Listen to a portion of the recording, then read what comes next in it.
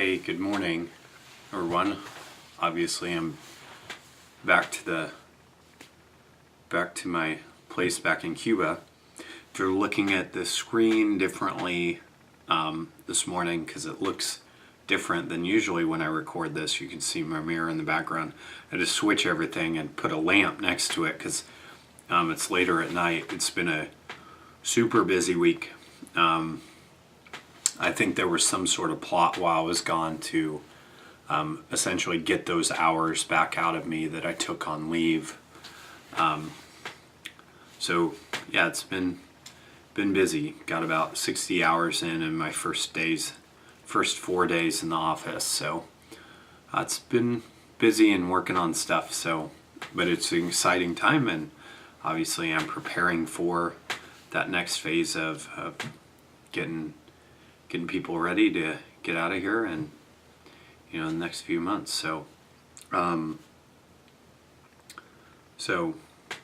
obviously many of you got to see me over leave, and I want to share a little bit as I talk about Advent, as we're going into our second week of Advent and a time of preparation. And Advent really is about preparing. And I wanted to talk about what I learned while I was at home. So I hadn't been home for 6 months, and so when I went home, I didn't know where the Ziploc bags were. I didn't know where we put Eve's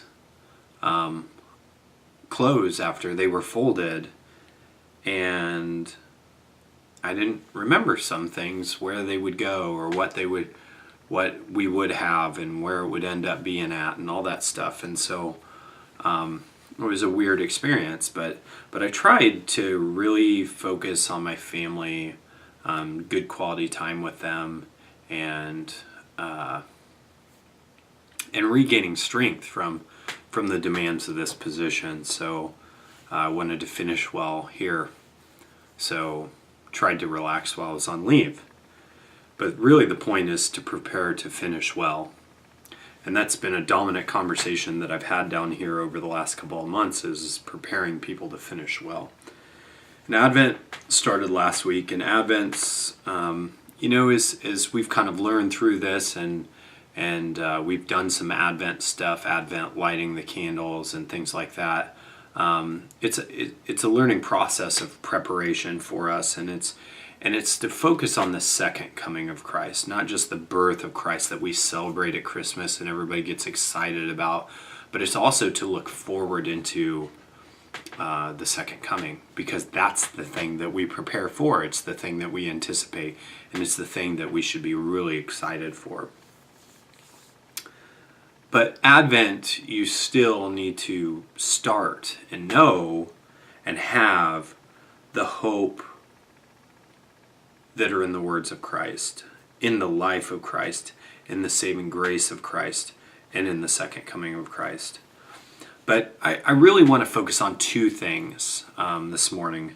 I want to focus on preparation and hope. The first is preparation. Advent is about contemplating and preparing for the return of Christ. This is what Jesus means when he says stay awake in the Mark's gospel reading for this morning.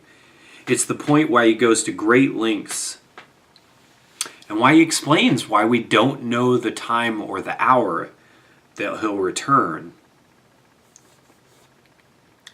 And when people asked me while I was home on leave, how much longer you got, all that stuff, and granted, it's nearly set in stone, so it's not like, oh, I don't know how long I'll be here. But when you start your mission and you're focused on your mission, kind of dialed into that, you're not like, hey, I know the specific date and time and all that stuff. It seems as though that's been accurate the whole time we've been here, as we expect that mid-February. But really, being part of this mobilization really didn't just start, it's been 6-7 months ago. It didn't really start there.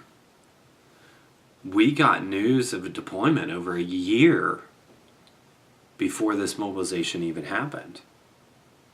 And that had some real perks, getting to schools, getting the preparation, being able to get you guys ready for me being gone, getting my family ready for me being gone, and all that different stuff. So you have the ability to do additional training if you need it for the mission. You also have additional time to get family and work prepared and all that stuff. But on the other hand, knowing that far in advance really casts a heavy burden because it freezes life. And so this time of preparation, I want you to understand both sides of that. Our Old Testament reading this morning comes to this realization that God is the potter and we as his people are the clay. We're the work of his hand, but just like clay, before it becomes a masterpiece and a beautiful dish, or beautiful art, or some useful dish, it needs to be prepared. In pottery, I don't know how many of you have actually done pottery work before, but it's kind of a messy deal. And so the first thing, if you're going to do good clay pottery, you're going to want to make sure that you have a sink that drains well. Because as you're washing that clay off, it kind of gets clumpy and it kind of soupy like. So it needs to be able to drain really well. Otherwise, it's going to be no bueno. Another thing is you got to make sure that you have clean space to work. You don't want contaminants getting into the clay because that compromises the structure as you build and form that clay and all that stuff. And then air bubbles. Air bubbles need to be out of the clay before it goes into the kiln. Otherwise, there's a good chance of, let me tell you a story. So my wife knows that I'm not a good artist. I'm not good with art. But in art class, I made some different things, some sports memorabilia, some bowls, some cups, some coffee cups that I tried to do. And I would get excited because I put all this work into it and do all this stuff. But I was one of those people in art where I'd kind of take some shortcuts. And so, when the teacher would explain to me getting out all the air bubbles, I'd be like, sure, and you'd knead it and all that stuff and work through it. But you wouldn't quite get out all those air bubbles. And you're like, yeah, it'll work out fine. And then the next day when you put your pottery in the kiln and it fires it and then it blows up, it's because those air bubbles ruined that whole thing that you had worked so hard for.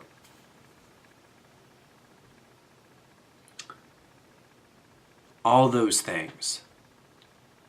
A good drainage for the sink, good clean surface, and getting out the air bubbles are preparation for the shaping that happens when it comes to pottery.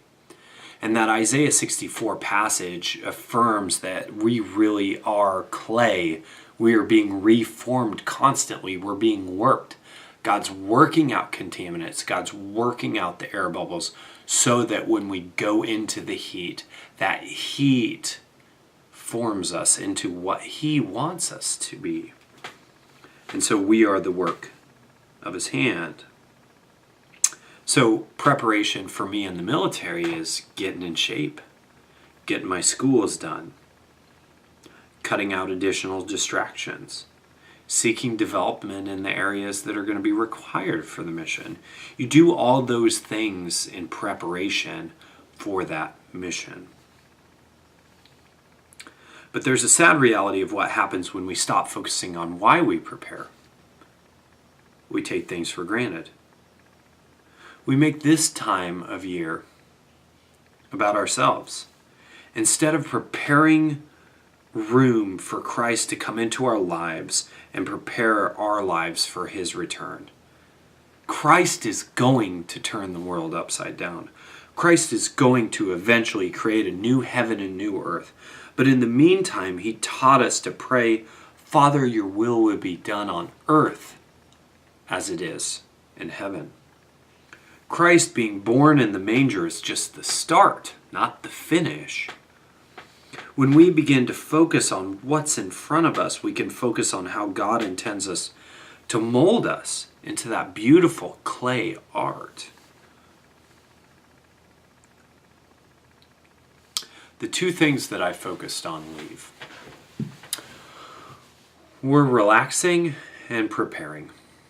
Now, if Steph hasn't told you the story about the washer and the dryer, there was one night we were in bed and we were about ready to go to sleep, and Steph had the dryer running, and it was like obnoxiously loud. And both the doors between our bedroom and the laundry room were closed. And I could still hear this.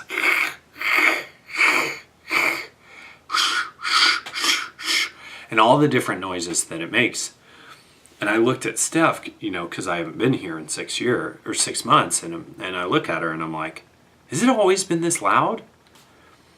And she tells me about it. No, it's gotten worse and all this stuff. And I'm like, that's awful. I'm not going to be able to sleep. We're going to have to shut that thing off. We're going to let the laundry sit. But both of them have problems, the washer and the dryer. So the dryer was running. It was super loud. The next day, we're going to do family pictures. I throw on this shirt that I bought from Old Navy. It was like $30. And I was going to do it for family pictures that day. And I threw it in the dryer because the arms were a little bit wrinkly, and sprayed it with some water. And anyway, when I went to pull it out, it had a hole in the shoulder. It had a hole in the shoulder because the drum has separated enough. It needs to be replaced. The whole dryer needs to be replaced. But actually, there was two different zippers that were caught in this shifted part. And so what would happen is it would spin around, and if it would catch in there, it would get stuck. And it would get stuck, and what would happen is it would just turn the rest of the garment, but it wouldn't turn that piece. Well, that piece actually got stuck on a zipper. Sorry, Israel, it was your shirt that I don't know if you got told yet or not, but now you just got told that it came from one of your shirts. And it was really disappointing because I'm like, well, this shirt costs this much, and then Israel's shirt, and there was another zipper in there, and I know I had a few problems when we got back, so we ended up, it was time to get new ones. So long story short, our water lines hadn't had any work done on them since the house was built 16 years ago. And the cold water line was so corroded that I had to Dremel the hose connector off the water valve, which in turn ruined the water valve, which meant I had to put in a new water valve, which meant I needed to cut into the wall and the sheetrock, which meant I had to actually cut the copper pipe and replace the whole thing. Preparation doesn't always go the way we want it to. When Christ talks about preparation, it's not from our terms. It's not the way we want things. We don't manage God. And so preparation, for me, preparing our home, not only for the next few months while I'm gone again and all the issues that happened while I was at home, but it's also a time of preparation for the future, for the return. Not just the return of me, but the return of Christ. And so that's what we do. We prepare for that return. But it sure helps when we remember why we do it. Advent's about preparing our heart and our mind and our souls for the celebration of Christ's birth and the return of Christ. And being prepared is so important because that second coming can come at any time. But come, Lord Jesus, soon, please. A few weeks ago in chapel, we talked about the Matthew 25, the parable of the 10 virgins and the lamps that they had waiting for the bridegroom. And this story in Mark is so similar about why we prepare, why we keep our oil around to keep our lamps lit. It's so vital. We need to allow God in this place, in us, in our souls, to prepare us for His Son's return as we celebrate.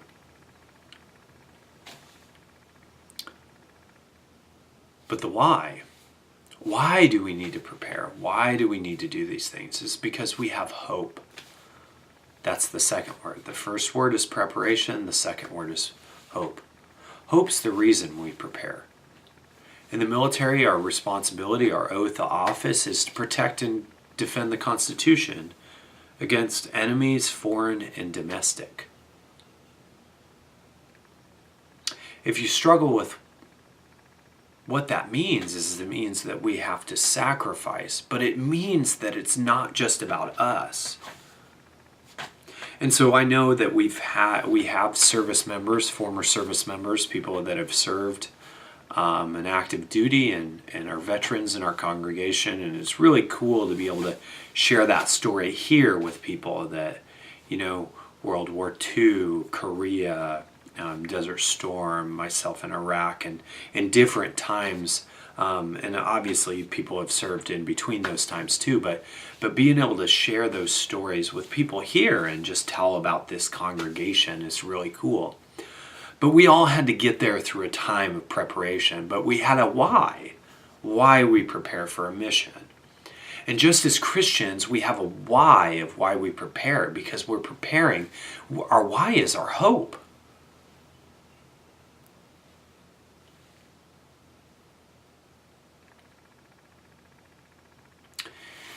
One of the things that I'm probably done reading the rest of my sermon here, but one of the things that I always challenge people when we have conversations about heavy stuff is, where's your hope? What do you hope for? As you step into this time of Christmas celebration and preparation, what do you hope for? I know I've asked that a lot over the years, but I wonder what you hope for. For me, it's Christ. It's Christ returning. It's Christ delivering me from this body. It's Christ delivering me from a broken washer, broken dryer, cutting water lines, fixing a sheetrock.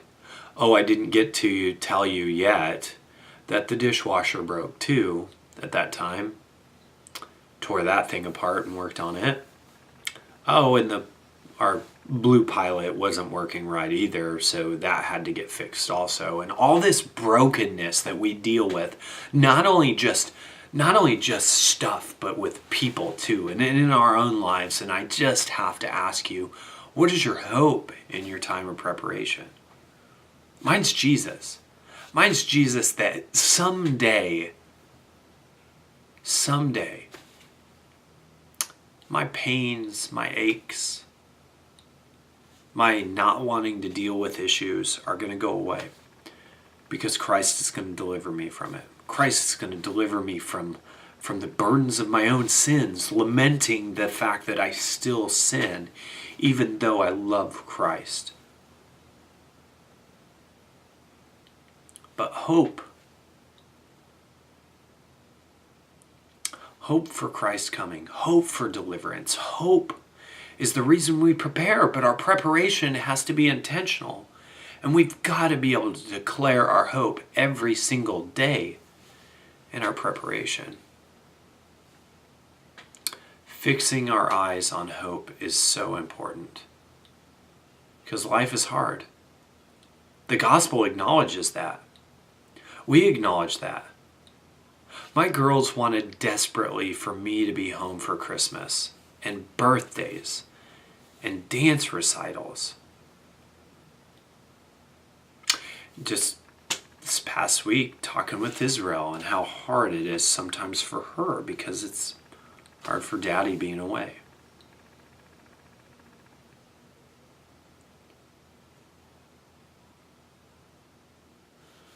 The pressure of life can be really difficult. Sometimes things don't work out the way you want them to. Some things break at a really terrible time. Sometimes you just don't have enough time to express how much you really love someone. But mark my words, Hope is beyond all the stuff. Hope's beyond the detention facility here at Guantanamo Bay. Hope's beyond all the stuff that gets shared in the media. This is just a blip of history, and our lives are just a dot on a very, very long timeline called eternity.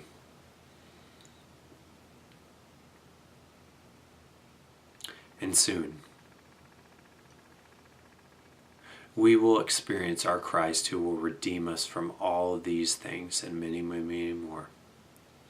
And my hope's in that. And I don't think it comes any better than that. But that hope keeps it going when things get bad, when things break, when things are hard, when we don't know what to do. Hope keeps things going. Hope keeps things going when our time of preparation, it does not go as we planned. Hope keeps us putting one foot in front of the other. While I was home, we all got food poisoning. The dishwasher broke. The pilot needed servicing, which apparently that fixed it, which I'm really excited about. One of my first nights home, all three girls are throwing up.